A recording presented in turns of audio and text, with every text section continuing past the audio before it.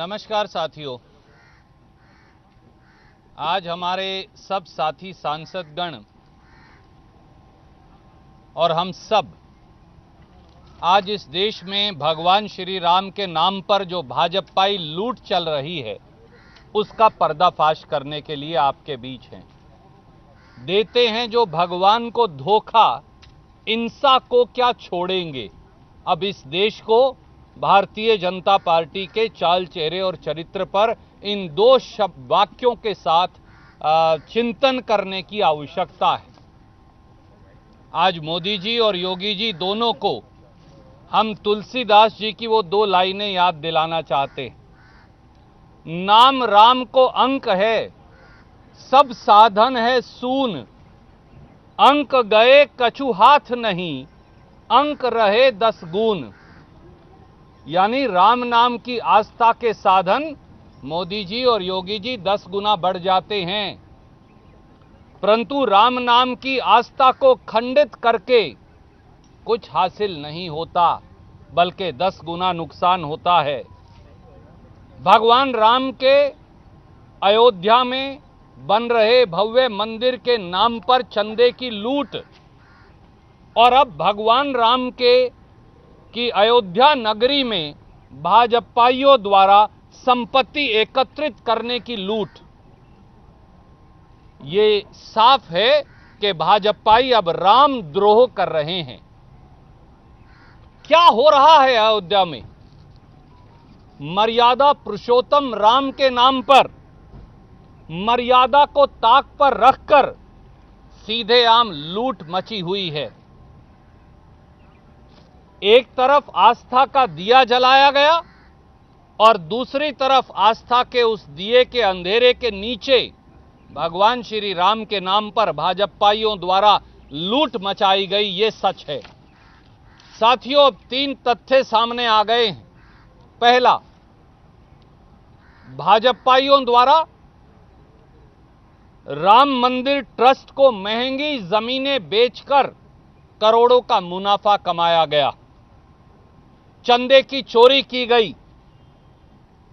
हमने देखा किस प्रकार से 5 मिनट में 2 करोड़ रुपए की जमीन 18 करोड़ में राम मंदिर ट्रस्ट को बेच दी गई और चंदे की चोरी कर ली गई, जो करोड़ों करोड़ों भारतीयों ने आस्था के प्रतीक भगवान श्री राम के भव्य मंदिर निर्माण के लिए दिया था। 20 लाख की जमीन 2.5 करोड़ में राम मंदिर ट्रस्ट को बेच दी गई।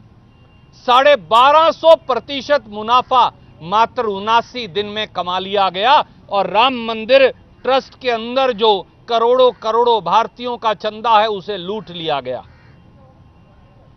जो जमीन 4000 रुपया आदित्यनाथ सरकार ने कलेक्टर रेट पर रखा है, उसे राम मंदिर निर्माण ट्रस्ट को 28,000 रुपया वर्ग मीटर के कलेक्टर रेट पर बेच डाला गया। और दूसरा पहलू और ज्यादा चौंकाने वाला है। राम मंदिर ट्रस्ट को न केवल निजी संपत्ति बल्कि सरकारी संपत्ति को निजी लोगों द्वारा बेच दिया गया और पैसा अर्जित कर लिया गया।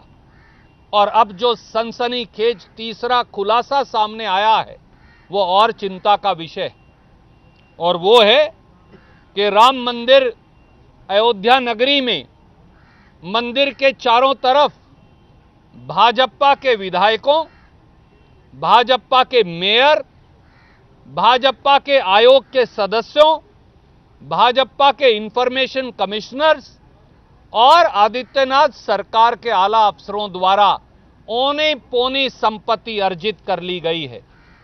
और इसके कुछ उदाहरण मैं संक्षिप्त में आपको बताऊंगा। नंबर 1 पर हैं वेद प्रकाश गुप्ता, एमएलए अयोध्या, भारतीय जनता पार्टी के। उनके भतीजे तरुण मित्तल द्वारा 20,034 स्क्वायर मीटर जमीन 21 नवंबर 2019 और 29 दिसंबर 2020 को खरीदी गई। Inder Pratap Tiwari, Bhajpa MLA Gosainganj Ayodhya, 2593 square metre जमीन भाजपा के इस विधायक महोदय द्वारा 19 नवंबर 2019 को खरीदी गई।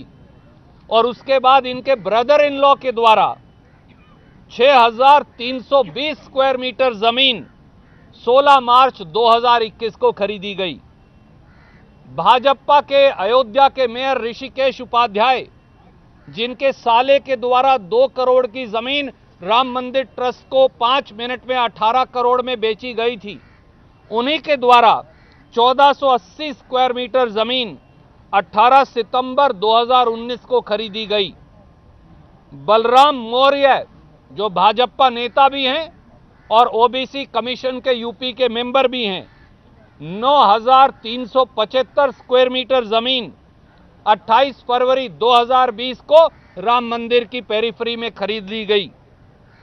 हर्षवर्धन शाही, जिसे मोदी जी और आदित्यनाथ जी ने इंफॉर्मेशन कमिश्नर लगाया है, लगभग 1,000 स्क्वायर मीटर जमीन उनके और उनकी धर्मपत्नी के द्वारा 18 नवंबर 2021 को मंदिर के साथ खरीद ली गई।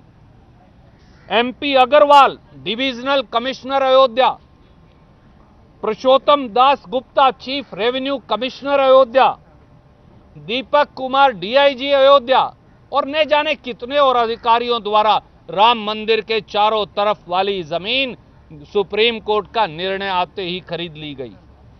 और यही नहीं, अब तो हमारे दलित भाइयों को भी बख्शा नहीं गया। भारतीय जनता पार्टी के एक और समर्थक महेश योगी जी ने महर्षि रामायण विद्यापीठ ट्रस्ट के नाम से पहले 21 बीघा जमीन, जिसकी कीमत 9-9.5 करोड़ रुपया है, 25 लाख में ट्रस्ट के नाम करवा ली और फिर उसे भी अधिकारियों को बेच दिया गया। हम सबको मालूम है कि दलितों को आवंटित की गई जमीन सामान्य वर्ग का कोई व्यक्ति यूपी में नहीं खरीद सकता, परंतु राम मंदिर के चारों तरफ की दलितों की जमीन, भगवान श्री राम तो भीलनी के बेर खाया करते थे और ये दलितों की जमीन भी हड़प गए, इन्होंने उन्हें भी नहीं बख्शा। साथियों, बात बड़ी सीधी है और बात यह है कि भगवान श्री राम आस्था के प्रतीक हैं। भगवान राम तो मर्यादा हैं, भगवान राम तो सनातन हैं, भगवान राम तो सत्य हैं, भगवान राम तो प्रेम हैं, परंतु उन्हीं भगवान श्री राम की मर्यादा पुरुषोत्तम की अयोध्या नगरी के अंदर भारतीय जनता पार्टियों द्वारा जमीनों की खुली लूट का धंधा चल रहा है। और हमारे आदरणीय प्रधानमंत्री जी पूरी तरह से मौन धारण किए हैं, एक शब्द उनके मुंह से निकल नहीं रहा। आदरणीय मोदी जी, अब इस खुली लूट पर आप अपना मुंह कब खोलेंगे? कांग्रेस पार्टी और देश के लोग और राम भगत ये सवाल पूछते हैं। आदरणीय मोदी जी, क्या ये रामद्रोह नहीं? क्या ये रामद्रोह से कम कुछ है? अंधेर नगरी चौपट राजा का धंधा अब अयोध्या में भाजपा ही चला रहे हैं, पर शायद वो भूल गए कि भगवान श्री राम के घर में देर तो हो सकती है पर अंधेर कभी नहीं हो सकती। इसलिए पाप और श्राप के भागी हैं सारे भाजपाई, और अब प्रधानमंत्री को सामने आकर जवाब देना चाहिए कि वो मंदिर के चंदे की लूट की जांच कब करवाएंगे और ये जो संपत्ति भगवान श्री राम की अयोध्या में अर्जित की जा रही है भाजपाइयों द्वारा, इसकी जांच कब होगी? कोई प्रश्न आप पूछना चाहें तो स्वागत है। पूरे मामले पर कोई जांच के लिए आप लोग कोई प्रक्रिया शुरू करने वाले? जी बिल्कुल, सबसे पहले प्रधानमंत्री जी को देश के सामने आकर अपनी पूरी स्थिति स्पष्ट करनी चाहिए। यहां तो साफ है, भारतीय जनता पार्टी के मेयर के साले 2 करोड़ की जमीन 18 करोड़ में 5 मिनट में राम मंदिर ट्रस्ट को बेच देते हैं। 25 लाख की जमीन 79 दिन में राम मंदिर ट्रस्ट को 2.5 करोड़ में बेच दी जाती है। वो जमीन जो प्राइवेट आदमी बेच नहीं सकते, वो भी बेचकर राम मंदिर ट्रस्ट का चंदे का पैसा हड़प लिया जाता है। इन चंदा चोरों को भगवान श्री राम के मंदिर के निर्माण के नाम पर इकट्ठे किए गए चंदे को चोरों को कब सजा देंगे मोदी जी? आप चुप क्यों हैं? और जिस प्रकार से भारतीय जनता पार्टी के विधायक, भारतीय जनता पार्टी के मेयर, भारतीय जनता पार्टी के आयोग के सदस्य भारतीय जनता पार्टी के इंफॉर्मेशन कमिश्नर, भाजपा द्वारा लगाए गए अधिकारी भगवान श्री राम की अयोध्या में मंदिर के चारों तरफ संपत्ति को अर्जित कर रहे हैं। इससे घोर पाप हो ही नहीं सकता। ये सब पाप और श्राप के भागी हैं। प्रधानमंत्री जी, आप जांच करवाएंगे या फिर आप इन सबको संरक्षण देंगे? अब आपकी विश्वसनीयता दांव पर लगी है। सर, किन किन बीजेपी विधायकों के नाम एक बार फिर से अगर रिपीट कर दे, और वो कहां? आदरणीय मित्र, मैंने हालांकि बता दिए दोनों नाम, पर मैं फिर भी आपको बता देता हूं आपकी जानकारी के लिए। एक है वेद प्रकाश गुप्ता जी, जो विधायक हैं, एमएलए हैं अयोध्या से। दूसरे विधायक हैं इंद्र प्रताप तिवारी जी, जो एमएलए हैं गोसाईगंज अयोध्या से। तीसरे हैं ऋषिकेश उपाध्याय जी, जो भाजपा के मेयर हैं अयोध्या से। चौथे हैं बलराम मौर्य जी, जो भाजपा के नेता हैं और ओबीसी कमीशन के मेंबर हैं।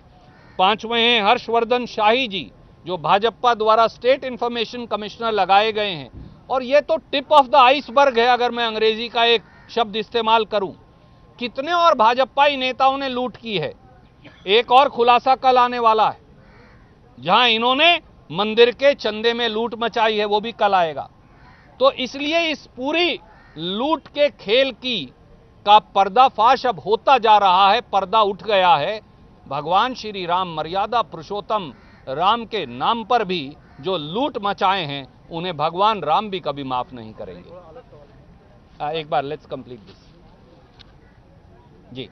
क्या बताएंगे, जैसे साइन इन डाई कर दिया लोकसभा को और राज्यसभा को, संसद शीत अधिवेशन चलाने नहीं दिया, विरोधी का दावी सुना नहीं बीजेपी सरकार, इसको लेकर क्या बताएंगे? 3 बजे आज पत्रकार गोष्ठी कर रहे हैं दोनों नेता हमारे, राज्यसभा में विपक्ष के नेता खड़गे साहब और अधीर रंजन चौधरी साहब, और हमारे सम्मानित सांसद आपके सब सवालों का वहां जवाब देंगे। सर, पंजाब को लेकर सवाल है कि वहाँ के जो पूर्व मुख्यमंत्री हैं, कांग्रेस पार्टी में 4 साल उन्होंने सरकार चलाई, उनका कहना है कांग्रेस पार्टी गलत कर रही है मजीठिया पर एफआईआर दर्ज करके। मुझे पता है, सारे केस मैंने देख रखे हैं। तो 4.5 साल बाद क्या चुनाव के चलते आपको मजीठिया के खिलाफ एफआईआर दर्ज करना याद? आदरणीय मित्र, वैसे तो आज मेरे सांसद साथी और मैं आज एक विशेष मुद्दा लेकर आए हैं, पर आप मुझे बताइए, जो 5 साल जब प्रदेश कांग्रेस के अध्यक्ष थे, तब इल्जाम लगाते रहे खुद, और 4 साल तक जिन्होंने जांच तो करवाई पर रिपोर्ट जारी नहीं की।